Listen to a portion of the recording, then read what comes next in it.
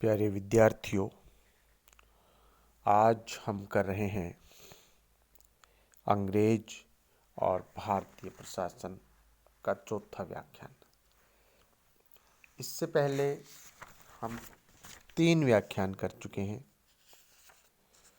यदि विगत व्याख्यान की हम बात करें तो उस व्याख्यान में हमने वारेन हेस्टिंग्स, जिसका कार्यकाल यहाँ पर 1772 से 1785 रहा।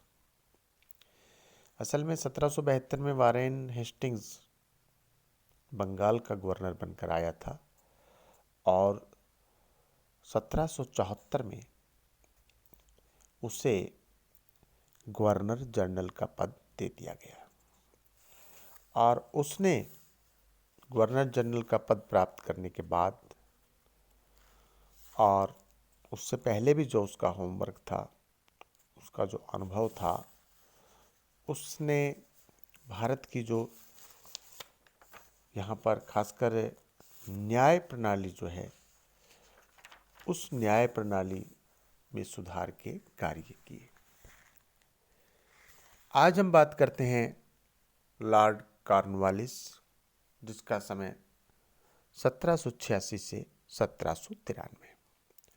कॉर्नवालिस ने न्याय व्यवस्था के क्षेत्र में वारेन हेस्टिंग्स ने जो कार्य शुरू किए थे, जो और वो अधूरे रह गए थे,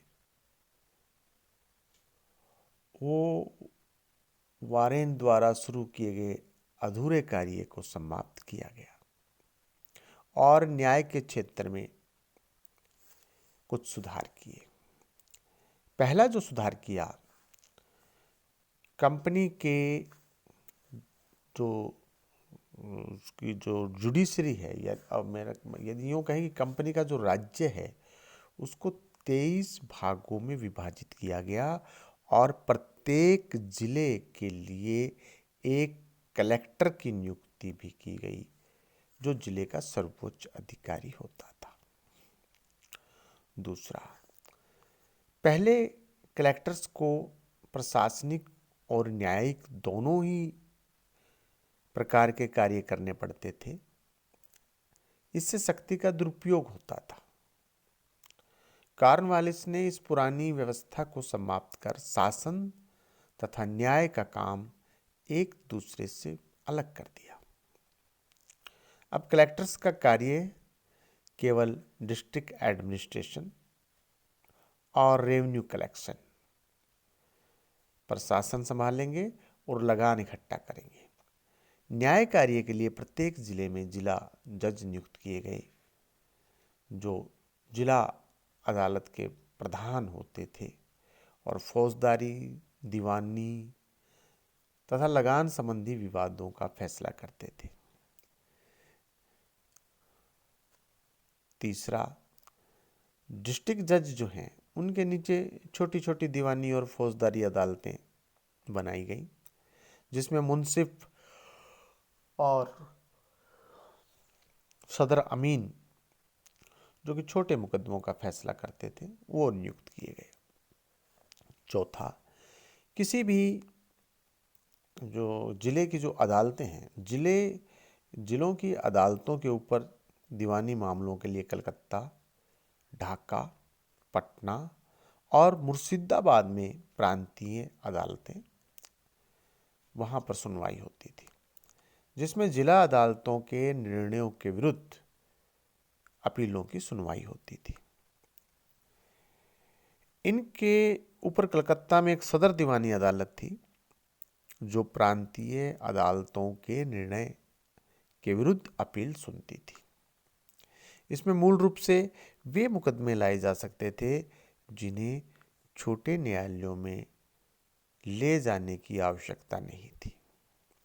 फौजदारी मामलों में भी इसी प्रकार की प्रांतीय अदालतें थी और इनके ऊपर कलकत्ता में सदर निजामत की अदालत थी। पांचवा, कॉर्नवालिस ने कठोर और बर्बर दंड व्यवस्था को लिबरल बनाया, उसको कम किया उसको, और उसको उदार बनाया। अगला, कानूनों का विस्तृत संग्रह तैयार कराया जिसे कॉर्नवालिस कोड की संज्ञा दी गई। नेक्स्ट, कॉर्नवालिस ने वकालत के व्यवसाय को भी नियमित करने के लिए यह व्यवस्था की कि भविष्य में वकील सरकार द्वारा निर्धारित जो फीस है वही ले सकेंगे, और इस नियम का उल्लंघन करने पर उन्हें अयोग्य घोषित किया जा सकेगा। इसके आगे, कॉर्नवालिस के आने से पूर्व के जो नियमों को प्रकाशित करने की व्यवस्था ठीक नहीं थी। अतः यह निश्चित करना प्राय कठिन हो जाता था कि देश का वास्तविक कानून क्या है। कॉर्नवालिस ने इस कठिनाई को दूर करने के लिए यह नियम बनाया कि भविष्य में जो भी आज्ञाएं व नियम आदि निर्धारित किए जाएंगे उन्हें एक किताब के रूप में प्रकाशित किया जाएगा, नोटिंग कर ली जाएगी और एक वो रिकॉर्ड रहेगा। और अंत में कॉर्नवालिस ने अदालती अधिकारियों के पदों के लिए अच्छे वेतन का प्रावधान किया ताकि अधिकारी और जो मजिस्ट्रेट हैं वो रिश्वत लेने की ओर आकर्षित न हों और न्याय विभाग में योग्य तथा चरित्रवान व्यक्तियों की नियुक्ति की जा सके।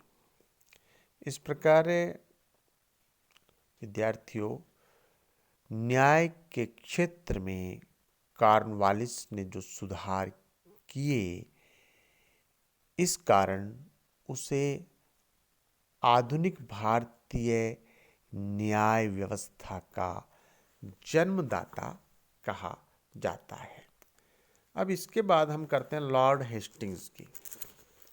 पहले हमने वॉरेन, एक इससे पिछले व्याख्यान में वॉरेन हेस्टिंग्स की बात की थी। अब लॉर्ड हेस्टिंग्स। लॉर्ड हेस्टिंग्स का नाम भारतीय इतिहास में एक महान विजेता व भारत में अंग्रेजी साम्राज्य के सुदृढ़ कर्ता के रूप में विख्यात है। और उसने लॉर्ड वेलेस्ली के कार्य को संपूर्ण किया। निसंदेह उसके शासन का अधिकांश समय युद्धों में व्यतीत हुआ। इस पर भी उसने अपना कुछ समय निकालकर पब्लिक वेलफेयर का प्रयास किया।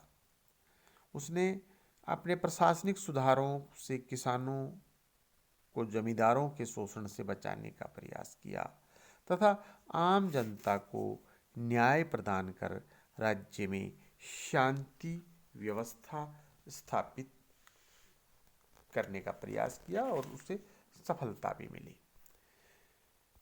उसने न्याय के क्षेत्र में यदि हम बात करें, खासकर लॉर्ड कॉर्नवालिस द्वारा प्रतिपादित न्याय व्यवस्था अब विलंबकारी सिद्ध हो रही थी। कंपनी के संचालक भी इसको महसूस कर रहे थे। अतः उन्होंने लॉर्ड हेस्टिंग्स को प्रशासनिक सुधारों की ओर ध्यान देने को उसको जो है आदेशित किया। लॉर्ड हेस्टिंग्स ने दीवानी न्यायालयों की कार्यप्रणाली को सरल बनाया और न्याय विभाग में भारतीय अधिकारी नियुक्त किए गए। उनकी संख्या में वृद्धि की गई तथा उनके वेतन बढ़ाए गए। 1814 में प्रत्येक थाने में एक मुंसिफ नियुक्त किया गया। वे 64 रुपए तक के मुकदमे में अपना निर्णय दे सकते थे और उन्हें दीवानी अदालतों के अधीन रखा गया। इससे पहले जो लॉर्ड कॉर्नवालिस था उसने न्यायपालिका और कार्यपालिका को एक दूसरे से अलग किया था। और यह उचित भी था और विद्यार्थियों आज भी है। परंतु व्यावहारिक रूप से कॉर्नवालिस का यह कदम उस समय के जो हिसाब से वो अनुकूल सिद्ध नहीं हुआ। अतः लॉर्ड हेस्टिंग्स ने कलेक्टर्स को पुनः मजिस्ट्रेट के कार्य सौंप दिए। आज भी कलेक्टर के पास में बहुत से मजिस्ट्रेट के जो कार्य हैं, हमारा जो डिस्ट्रिक्ट कलेक्टर है वो डिस्ट्रिक्ट मजिस्ट्रेट है। तो बहुत सारे जो निर्णय हैं वो कलेक्टर की अदालत में आज भी होते हैं। तो उसने पुनः कलेक्टर को वो काम सौंप दिए। पुलिस व्यवस्था में भी सुधार किया और न्याय के क्षेत्र में कॉर्नवालिस जो कोड, कॉर्नवालिस ने जो नियमों का संग्रह किया, उनको एक बुकलेट के अंदर रखा, वो उस कोड को उसने कठोरता से लागू किया। 1814 के सुधारों में 1821 में पुनः उसके अंदर कुछ करेक्शन किए गए और मुंसिफ को 500 रुपए तक के अभियोग सुनने का अधिकार दे दिया गया। पहले तो 64 रुपए का था 1814 सन 1814 में 64 रुपए तक का था, और अब वो उन्होंने सीधा ही 500 रुपए तक का कर दिया। 1815 में यह भी निर्णय लिया गया कि सदर दीवानी अदालत में वही व्यक्ति नियुक्त किया जाएगा जो प्रांतों की अपील अदालतों में 3 साल का जिसके पास में वर्किंग एक्सपीरियंस होगा, वही उसको किया जाएगा। 1818 में उसने मजिस्ट्रेटों को 2 साल तक का कठोर कारावास और 30 कोड़े मारने की सजा देने का अधिकार भी दे दिया। तो ये लॉर्ड हेस्टिंग्स ने कुछ प्रशासनिक कार्य, कुछ न्यायिक जो व्यवस्था थी उसमें सुधार का प्रयास किया। अब हम बात करते हैं विलियम बेंटिक की। इतिहासकार पीई रॉबर्ट्स बेंटिक को प्रशासनिक सुधार के क्षेत्र में इसको जो है सबसे प्रमुख मानता है और मानता है कि वह उदार विचारों का गवर्नर जनरल था। वह यह भी लिखता है कि वह प्रथम अंग्रेज था जो भारतवासियों में विश्वास करता था और उन्हें महत्वपूर्ण उत्तरदायित्व वाले जो पद थे उन पर उसको देखना चाहता था। उसके यदि सुधारों की हम बात करें तो पहले आर्थिक सुधार। उस जो गवर्नर जनरल विलियम बेंटिक है, इसने भारत आकर गवर्नर जनरल का जब पद संभाला, उस समय कंपनी की आर्थिक स्थिति अच्छी नहीं थी और लगातार युद्ध चल रहे थे। लॉर्ड हेस्टिंग्स के समय भी और लॉर्ड एम हर्स्ट था, उस समय 1823 से 28 बर्मा के साथ युद्ध में कंपनी को काफ़ी नुकसान हुआ, राजकोष खाली हो गया। तो बेंटिक ने इस ओर सुधार दिया और कुछ आर्थिक सुधार किए। पहला हम बात करते हैं भत्तों में कमी।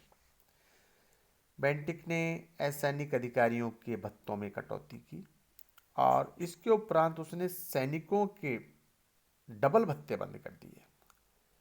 डबल भत्ते से तात्पर्य था कि सैनिक जब मोर्चे पर होते थे तो उनको मिलने वाले भत्ते दुगने कर दिए जाते थे, डबल। तो उसने विलियम बेंटिक ने ऐसा बंद कर दिया और इससे 20,000 पाउंड की उसने बचत की। दूसरी यदि हम बात करें तो प्रशासनिक सुधार, प्रशासनिक खर्च में कमी। बेंटिक ने भारत आते ही दो उसने कमेटीज बनाई।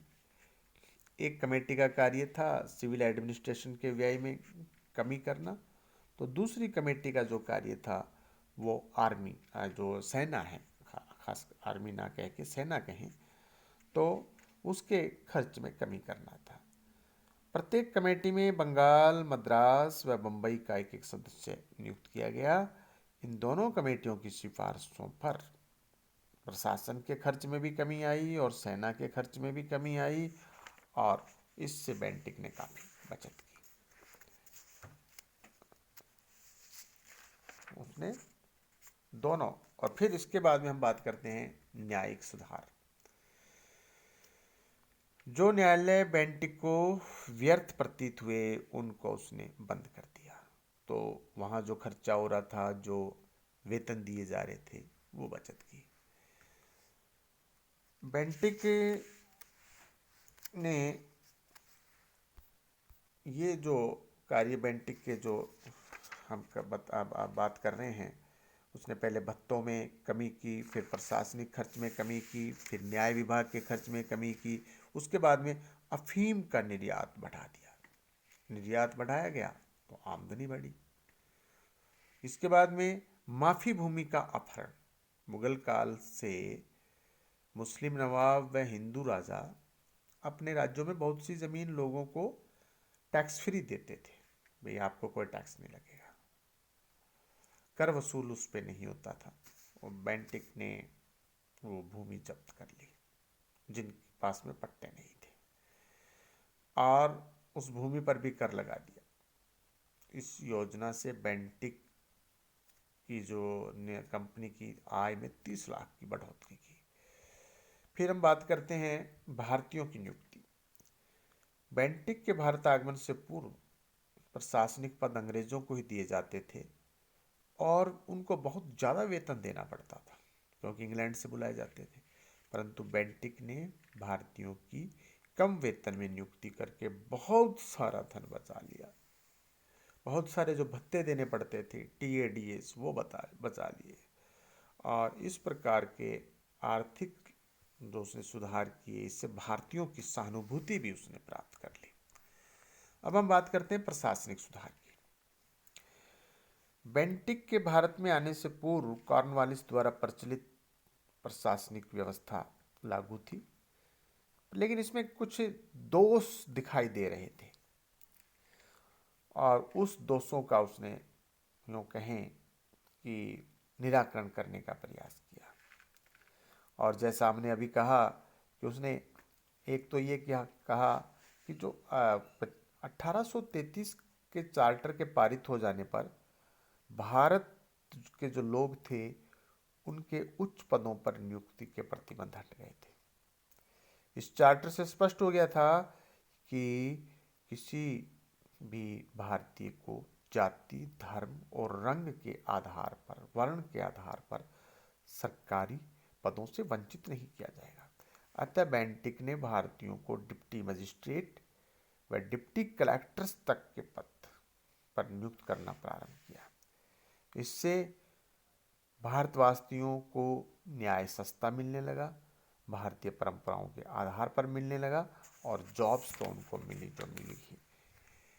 अब बात करते हैं हम न्यायिक सुधार की। एक तो बेंटिक ने एक कानून बनाकर मजिस्ट्रेट्स को 2 वर्ष का कठोर कारावास देने का अधिकार दे दिया।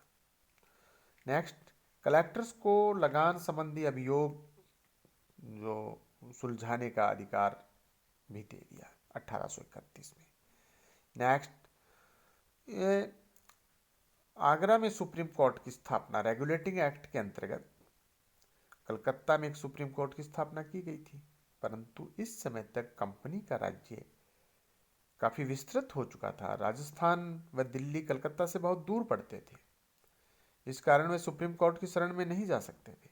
अतः न्याय को सुगम एवं सुलभ बनाने के लिए बेंटिक ने आगरा में एक सुप्रीम कोर्ट की स्थापना कर दी।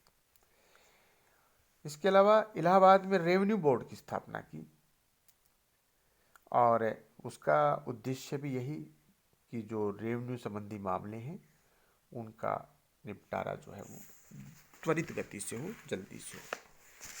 इसके अतिरिक्त फौजदारी अदालतों में की जो अदालतें हैं जो अलग करना, कॉर्नवालिस ने फौजदारी और दीवानी जो अभियोग है एक ही अदालत के अंदर कर दिए, एक ही जज के अंदर कर दिए, इससे न्याय में विलंब होता था। विलियम बेंटिक ने दोनों विषयों की अदालतों को अलग अलग कर दिया। फौजदारी मुकदमों का फैसला सेशन जज करता था, तो दीवानी अभियोगों का जो निर्णय है वो सिविल जज करता था। इसके अतिरिक्त न्यायाधीशों के पदों पर भारतीयों की नियुक्ति होने लगी। अदालतों की जो लैंग्वेज है, फारसी के स्थान पर हिंदी, और कोड़े लगवाने की सजा बंद कर दी गई। जिलों के ऊपर कमिश्नर्स की नियुक्ति कर दी गई। अब हम बात करते हैं कॉर्नवालिस के सामाजिक सुधार की, जो बहुत विख्यात हैं। एक तो इन्होंने सती प्रथा को बंद करने का कार्य किया, जो कि हिंदू समाज पर एक बहुत बड़ा कलंक था और सदियों से ये प्रथा प्रचलित थी और बड़ी भयंकर रूप धारण कर चुकी थी। बंगाल में यह अपने उग्र रूप में थी। समाज वाले मृत व्यक्ति की पत्नी को बांसों से मार मार कर अग्नि में जलने को विवश करते थे।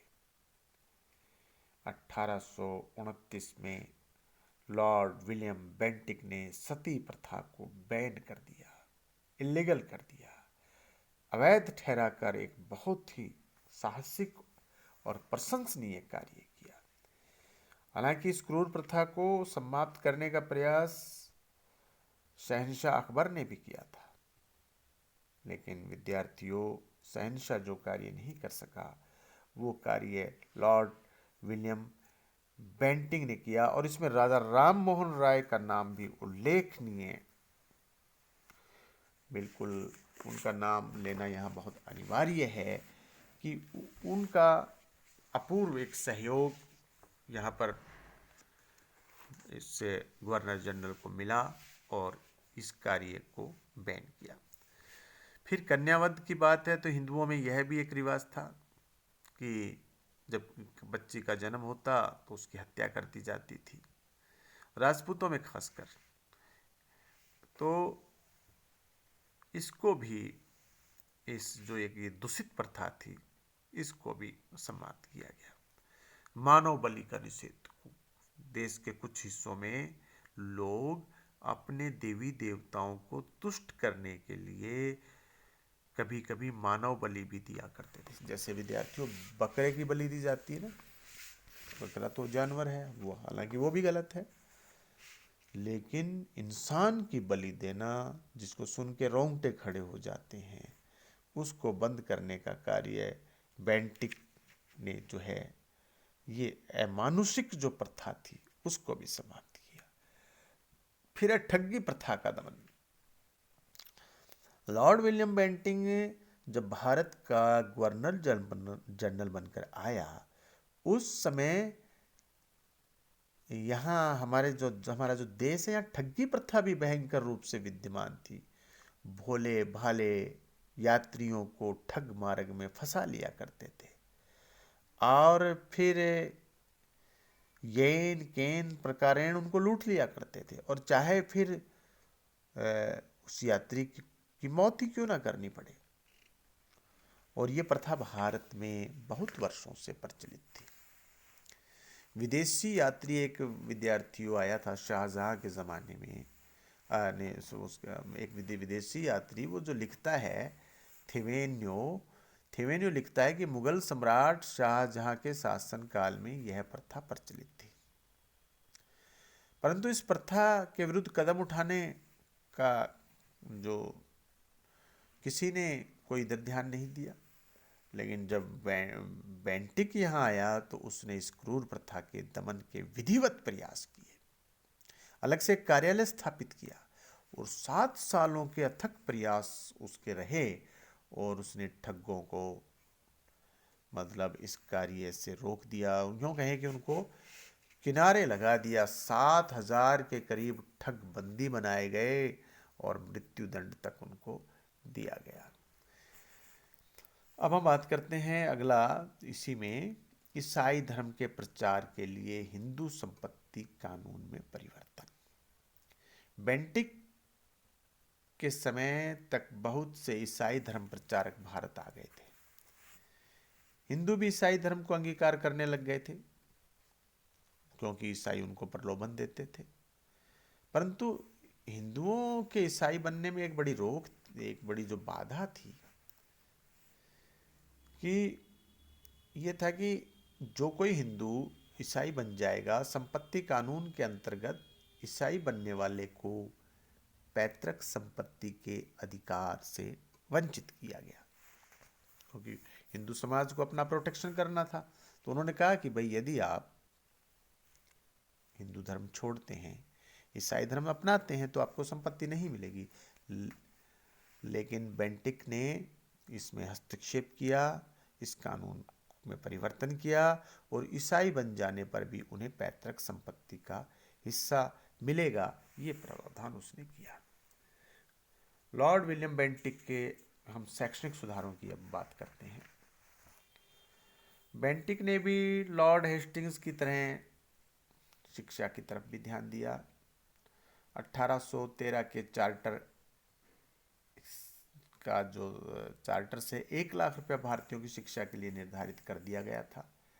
1823 में बेंटिक ने कमेटी ऑफ पब्लिक इंस्ट्रक्शंस नामक एक शिक्षा की समिति बनाई, परंतु राजा राम मोहन राय जैसे भारतवासी इस समय तक अंग्रेजी भाषा से बहुत प्रभावित हो चुके थे। वे पाश्चात्य शिक्षा में ही भारत का कल्याण समझते थे। ब्रिटेन में प्रचलित शैक्षणिक विचारों से प्रभावित होकर कंपनी के संचालकों ने बेंटिक को लिखा था कि उपयोगी ज्ञान की व्यवस्था की जाए। उसमें हिंदू विद्या या मुस्लिम तालीम का विचार नहीं किया जाए। 1835 में लॉर्ड मैकाले के सहयोग से भारतीय शिक्षा का माध्यम अंग्रेजी को कर दिया गया। मैकाले भारतीय भाषाओं को तुच्छ समझता था। अंग्रेजी भाषा के साहित्य को उच्च समझते हुए उसने अंग्रेजी साहित्य से भारतवासियों को मानसिक रूप से सदा के लिए अंग्रेजों का गुलाम बनाने का प्रयास किया और वो विद्यार्थियों अपने उद्देश्य में सफल रहा, जिसके नतीजे आज हमारे सामने हैं। और ये हमारे देश के बच्चों को उस समय से शिक्षा एक विदेशी भाषा में दी जाने लगी, जिसका देश को बहुत नुकसान हुआ। और ये फिर कभी हम किसी जो कोई ऐसा संदर्भ आएगा उस पर विस्तार से इसके बारे में हम विद्यार्थियों चर्चा करेंगे। अब शैक्षणिक सुधार के बाद हम बात करते हैं सार्वजनिक सुधार की। बेंटिक ने इस तरफ भी ध्यान दिया। इरिगेशन सिस्टम के लिए, सिंचाई व्यवस्था के लिए लॉर्ड मिंटो की योजनाओं को आगे बढ़ाया। रुड़की में इंजीनियरिंग कॉलेज की स्थापना करने का श्रेय लॉर्ड विलियम बेंटिक को जाता है। विद्यार्थियों, आईआईटी रुड़की 1836 में रुड़की में इंजीनियरिंग कॉलेज की स्थापना का श्रेय लॉर्ड विलियम बेंटिक को जाता है। 1836 में उन्होंने सिंचाई की एक योजना बनाई, गंगा योजना, ऊपरी गंगा योजना, और उससे नहरें निकलवाई। किसानों को बहुत लाभ हुआ। सड़कों की मरम्मत करवाई, इससे व्यापार को बहुत लाभ हुआ, आवागमन सुगम हुआ। तो इस प्रकार से लॉर्ड विलियम जो बेंटिक है, एक महान समाज एवं प्रशासनिक सुधारक सिद्ध हुआ। उसके सुधार इस बात के प्रमाण हैं कि वह भारत की भलाई करना चाहता था। भारतीयों के लिए उसके हृदय में, मानवता के लिए उसके हृदय में स्थान था। यही कारण है कि उसके शासन सुधारों से भारत में शांति तो स्थापित हुई, साथ में संपन्नता भी बढ़ी। आरसी दत्त जो इतिहासकार हैं, उन्होंने भी इसका समर्थन किया है, इस धारणा का समर्थन किया है।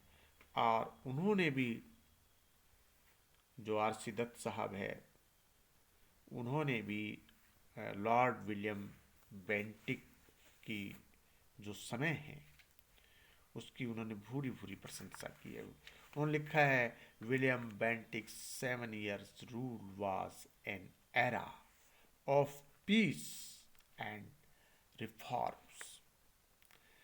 तो भारतीय लोग लॉर्ड विलियम बेंटिंक को बड़ी श्रद्धा के साथ में याद करते हैं। शेष अगले व्याख्यान में विद्यार्थियों, बहुत बहुत धन्यवाद।